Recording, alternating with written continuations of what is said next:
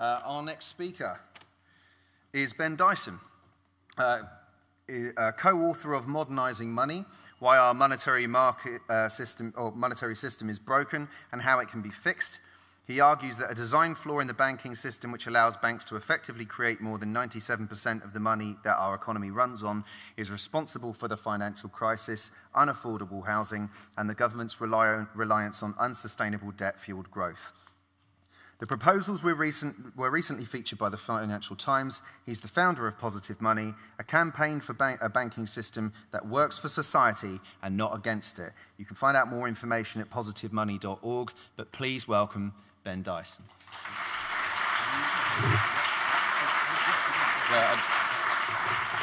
Unless it's copy, right? Is this working? Morning. I think that's working, isn't it? Okay, so about 12 or 13 years ago, I decided to study economics. And the reason was, I figured, economics explains how the world works. So if I could understand economics, I could figure out, how to make the world a better place. And it only took about a year of studying economics to become quite disillusioned, to realize that economics has very little to teach you about the real world and how things actually happen in reality. And I'll give you a couple of examples of how far removed economics has come from how things really are in the real world.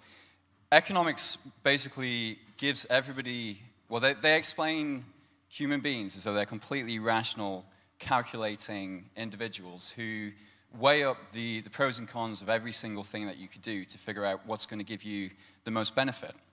So it will tell you that if you walk into a supermarket, your brain starts weighing up all the different combinations of things that you could buy, everything that you could put in your basket. And through some rational calculation, you end up buying the basket of things that's going to give you the most happiness. Now, we all know that's not really the way things work. You go in there, you see the special offers, you buy some beers and some donuts, and then you get home and you realize you've forgotten the pasta that you needed to cook dinner. We're not that rational.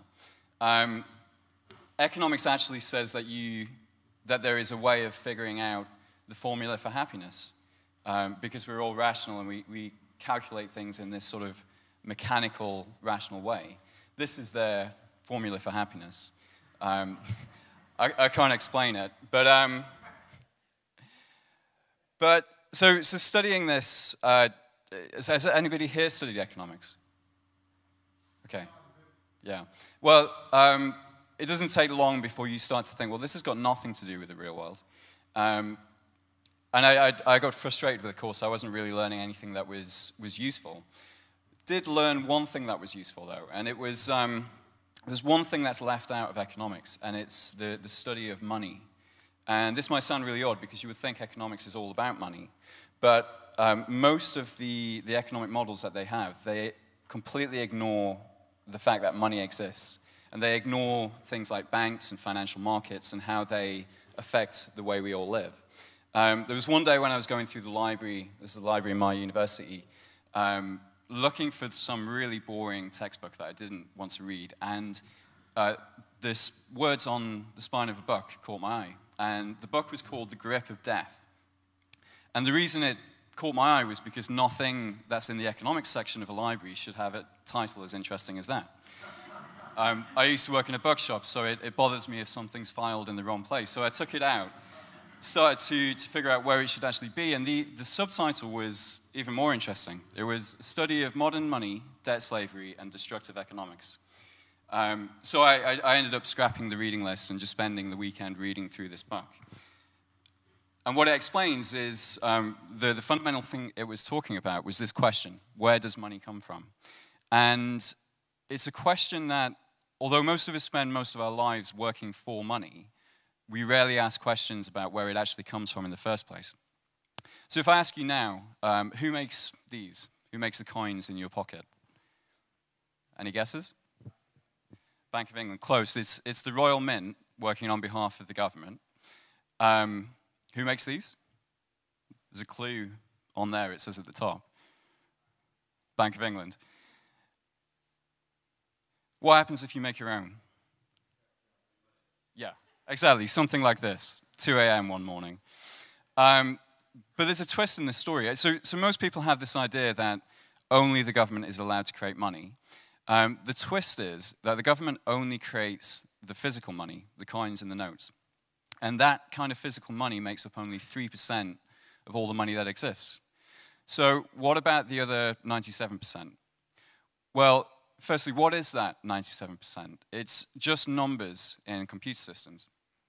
It's the numbers that you see when you check your bank balance on internet banking, or the number at the end of your bank statement. It has no physical form. It's just an electronic accounting entry in the computer systems of your bank. And who creates these numbers? It's not the Bank of England. It's the same banks that were implicated in the financial crisis.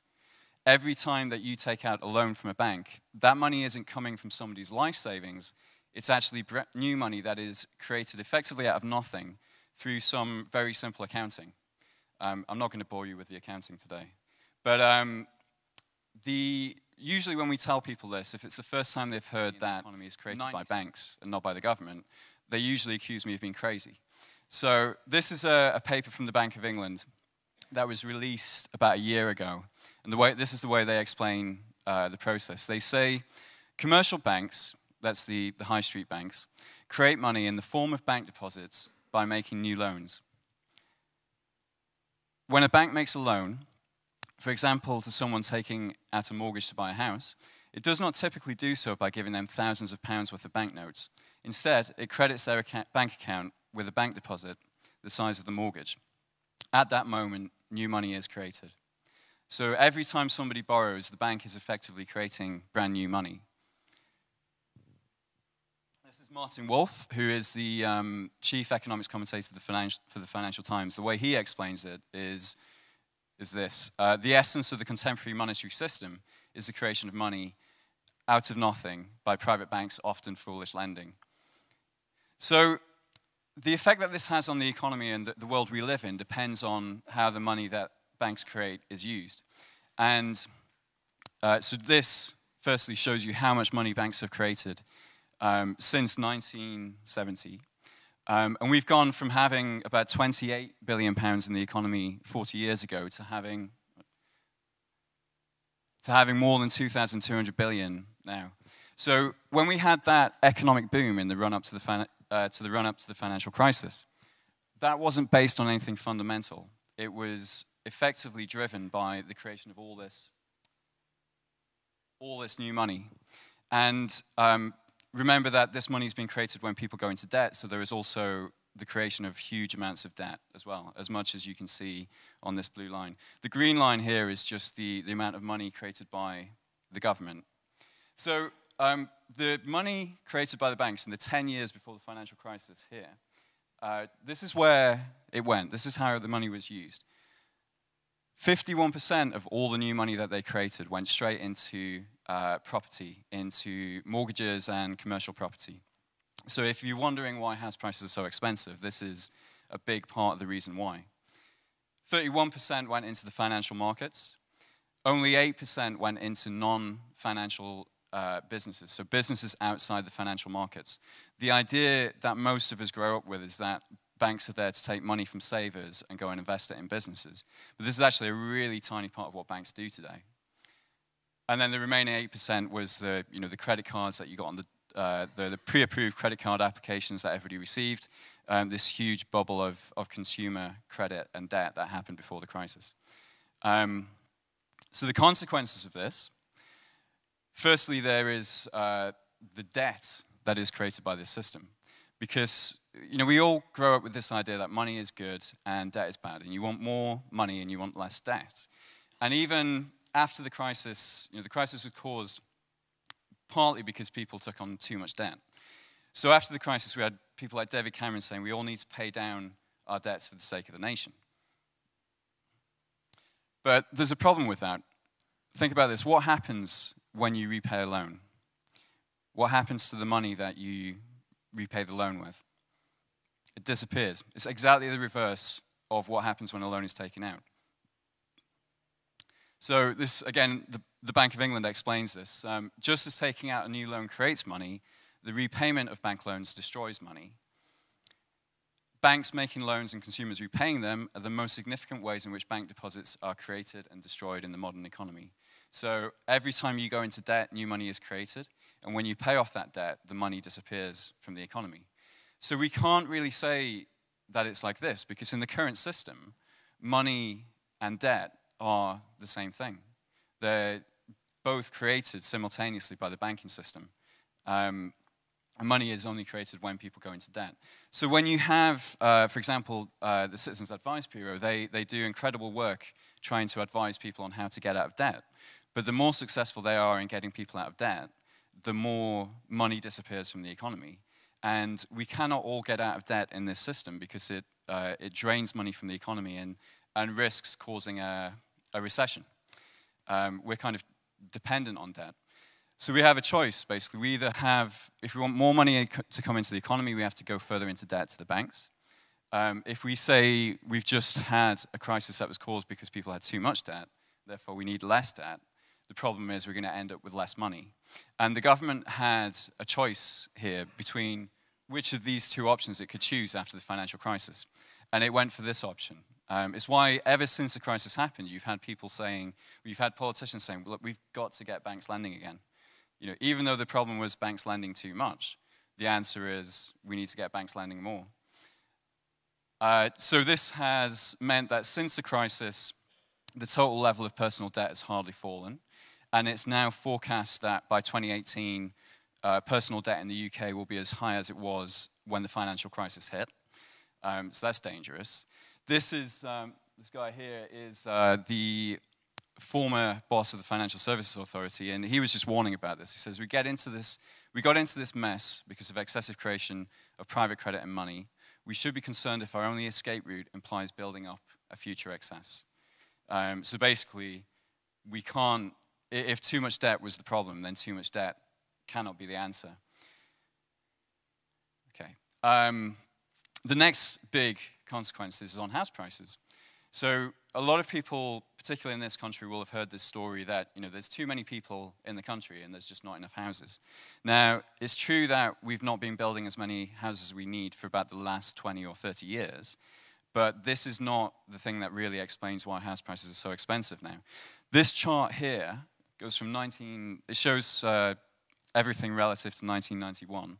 And this purple line, you can't read that, but this purple line is house prices. This green one at the bottom is the population. The red one is the housing stock, the number of houses in the country. So the number of houses in the country has been growing actually faster than the population. The only thing that really explains house prices is this one at the top, which is mortgage lending. And if you remember that every new mortgage loan is creating new money, what this is huge amounts of money flooding into property, pushing up house prices, making houses more expensive, and really requiring people to go further and further into debt. And that's what happened. It's one of the main drivers of the financial crisis was the house price bubble. And it's also what is happening now in the last sort of couple of years. So for example, this chart here just shows you, if you're buying your first home, how much of your salary after tax is going on the mortgage. And you can see here, for the UK as a whole, it's about 30% at the moment for first-time buyers. It doesn't look too bad if you go back across the chart. It's, you know, roughly comparable to how it's been in history. But what's different here is that interest rates are at their all-time 300-year low. Once those rates go up, that cost of living for first-time buyers is really going to rise as well. So we've got potentially another housing crisis. A lot of people who've taken on mortgages that they can't afford, and this is really going to cause problems for people. Okay, it has a big impact on inequality. If you think that we're effectively renting all the money we use, and people have to pay interest on all of the debt that is created when this money is created, the result of this across the economy means that the bottom 90% of people are paying interest on net to the top 10%. So it's a continual redistribution of income to the richest. And again, through the housing bubble, when you push up the price of houses, those with the houses become wealthier. those who are frozen out of the market or can't get the mortgage in the first place because they haven't got the salary end up poorer and poorer and also paying off somebody else's mortgage. Right now, there's about 5,000 families made homeless every year. There are 3.9 million households, which is about 1 in 5, who only have enough savings for 1 month's rent or mortgage. That's a really dangerous situation to be in. You only need to be made unemployed unexpectedly, and within a month in that situation, you're in dire straits. The poorest 10% owe 4 times their household income. If you're in that poorest 10% and you owe 4 years of your income in debt, there's almost no chance that you will ever get out of debt. You'll be in debt until you either die or you declare bankruptcy. Okay, so how can we change it? So the organization that I work for, Positive Money, is campaigning for a reform to the way that banks work, which would fix this way that money is created by the banks. Something similar happened probably about 170 years ago, where in those days, the government only took responsibility for creating coins, and banks were actually able to print paper money. What would happen is you put your coins into the bank, they give you a piece of paper to say you have deposited £5, and then people started to use the paper money. It was easier to carry around. It didn't weigh so much. And the banks eventually realized, hang on a minute, if people take these pieces of paper from us and we just write something on there, what happens if we just write anything? You know, if we could actually lend money by just writing out more pieces of paper. And they effectively at that point had the power to create money. They, you know, with that sort of temptation, they overused it. They created too much money, and it caused a property bubble, caused a financial crisis. This was back in the early 1840s. In 1844, the government stepped in and said, well, we're not going to allow the banks to create money anymore because they have too much incentive to abuse that power. And they passed a law, this was the Prime Minister at the day, passed a law in 1844 to say only the government, through the Bank of England, will be allowed to create coins and paper money. Now, obviously, in 1844, you didn't have any kind of electronic debit cards, credit cards, internet banking. There was none of this, and they didn't foresee it. And the way they wrote the law meant that it only applied to physical money. It only applied to coins and paper money, and it never applied to the electronic money that we now use for 97% of all the money in the economy. So what we're saying is that law should be updated, and there's 3 key things that need to happen. First, you need to take the power to create money away from the banks and return it to some kind of transparent, democratic, accountable body. Now, we know from history you can't trust the banks with the power to create money, but most people would not trust these guys either. Politicians would have, if you give politicians the power to print money, they have the same incentives as the banks to create too much. You know, before every election, you'll see huge amounts being created, paying for white elephants and whatever they think will win votes. So you need to separate 2 parts of the decision. One is how much money should be created, and that decision needs to be based on what the whole economy needs, not the needs of one particular industry or the banking sector. Second decision is, what is that money going to be used for? And what we're saying is there should be a money creation committee that looks at the whole economy and decides how much money should we create to keep the economy running, to keep people employed, to create jobs. That may be at the Bank of England, but it may be something completely new that's set up. The important thing is it needs to be as transparent and accountable to the public as possible. And then when they create money, it would be transferred to the government. And then, although there's many, many problems with the way democracy works in this country and every other country, at least the government has some kind of mandate to choose how to spend this newly created money. They could get it into the economy either through more government spending, so it could be building affordable houses, it could be any kind of government services that they provide. They could reduce taxes on everybody below a living wage, for example. So if you don't earn more than the living wage, you don't pay any tax. They could even just divide the money up between everybody equally, give everybody an equal share. And that option is usually quite popular when we do a show of hands. Okay, so when they did quantitative easing, the Bank of England created £375 billion of new money, but it pumped it into the financial markets, and it only really resulted in, because it's not easy to read, but it only actually resulted in about £30 billion of additional spending in the real economy. So about £30 billion of additional employment and real value creation. Most of the money stayed in the financial markets, where it pushed up stock prices, benefiting the richest 10%, but doing very little for everybody else. If you allowed the government to create money in the way that we're suggesting, and they get that money into the real economy instead, you would only need £10 billion of new money created to result in the same impact as that $375 billion that they created after the crisis.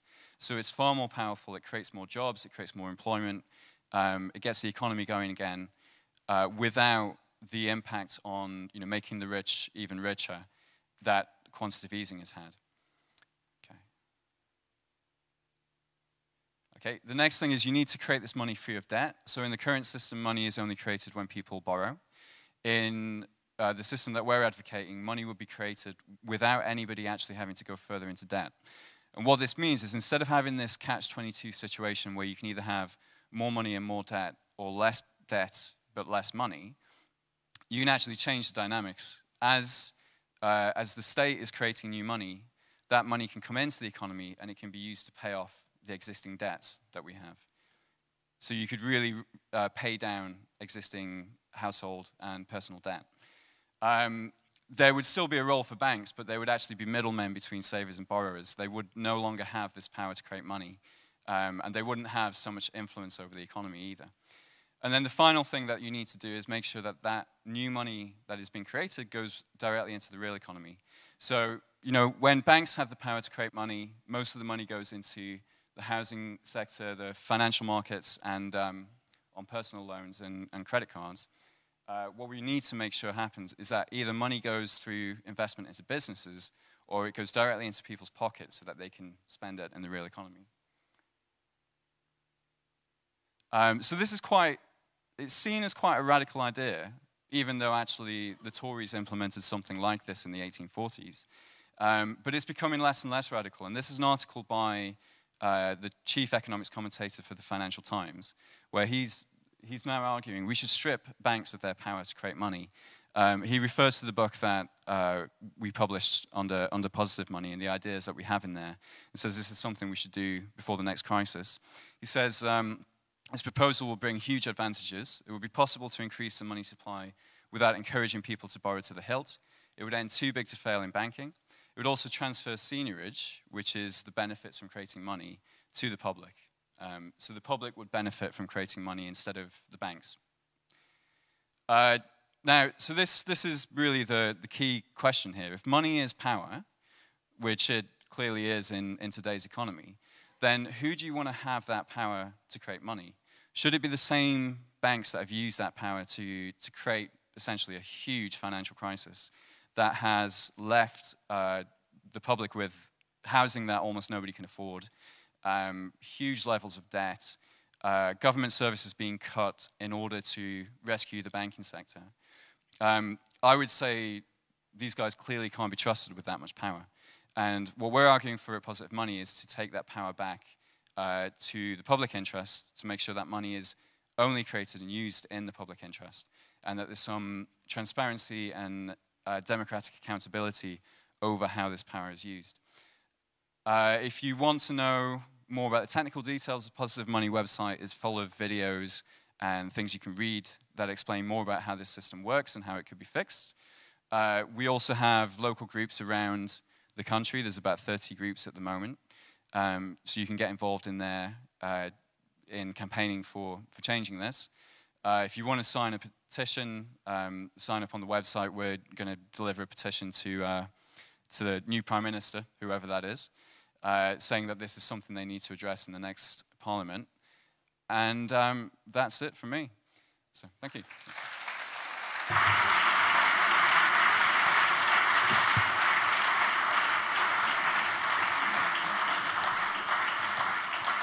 Okay. Right, thank you very much, Ben. That was excellent. I want to take a couple of questions. My lovely assistant here, Sarah, will be taking your questions, so do raise your hand. I actually have one of my own. The rhetoric coming from the establishment at the moment is all good, you know. It's like the economy's back, guys. Growth is back. Jobs are back. Is that got anything to do with the 30 billion, like an initial sort of like a burst of light before the gloom, or have they fudged their figures? It's driven by more money creation by the banks. It's driven by people going into debt. Consumer debt is on the rise now. People are borrowing more on credit cards and personal loans than they have been since before the crisis. Housing debt is going up. So in 2013 alone, the banks created £20 billion of new money just for mortgages. So that is basically £20 billion of new money coming into the property market, not financing building more houses, but pushing up the prices of existing houses. And so the economy, we're still in the situation where we have to drive the economy through going further into debt, and that cannot happen indefinitely. It's unsustainable, and at some point it's going to crash. So a lot of the new jobs have been created through like lower sort of menial jobs or service sectors and financial. Yeah, things like the 0-hour contracts. Apparently, I'm not sure what it is for the UK, but you only need to be employed for a few hours a week to not be considered unemployed.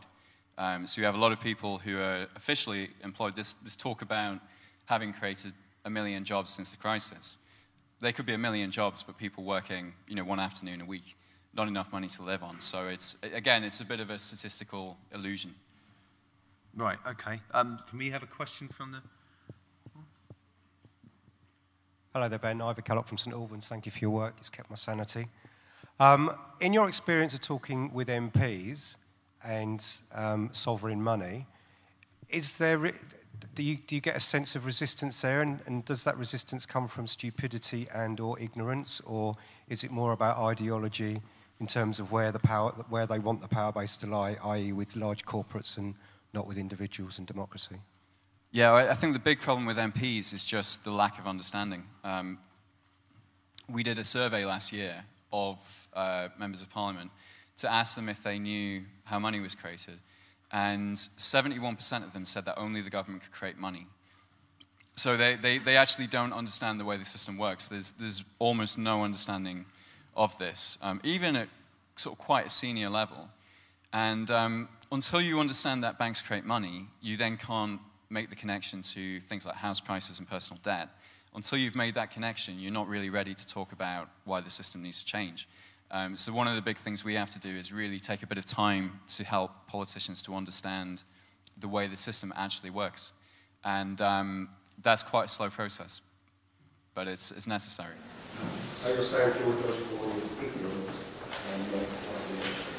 ignorance? He's definitely ideological, but I think he's quite ignorant of this issue. I don't think he has an informed position on it. One more question?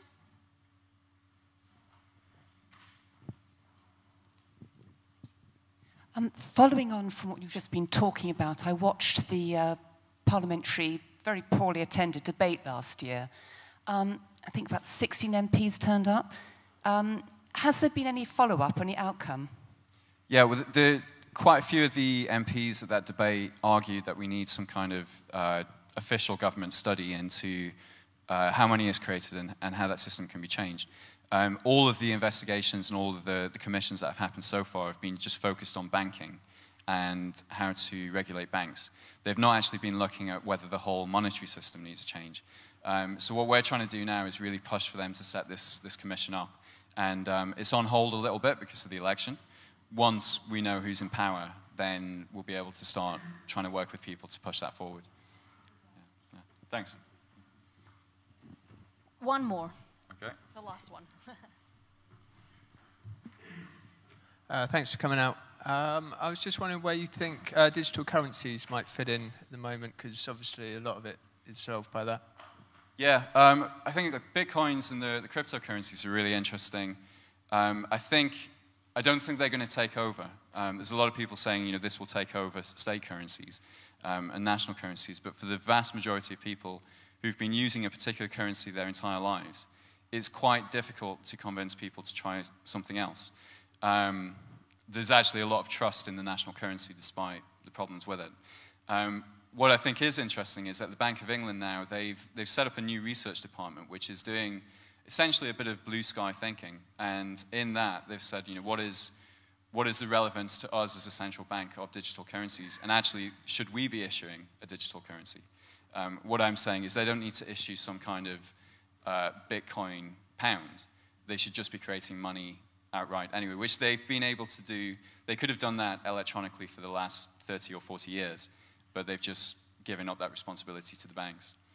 So, cool. Thank you. Thanks.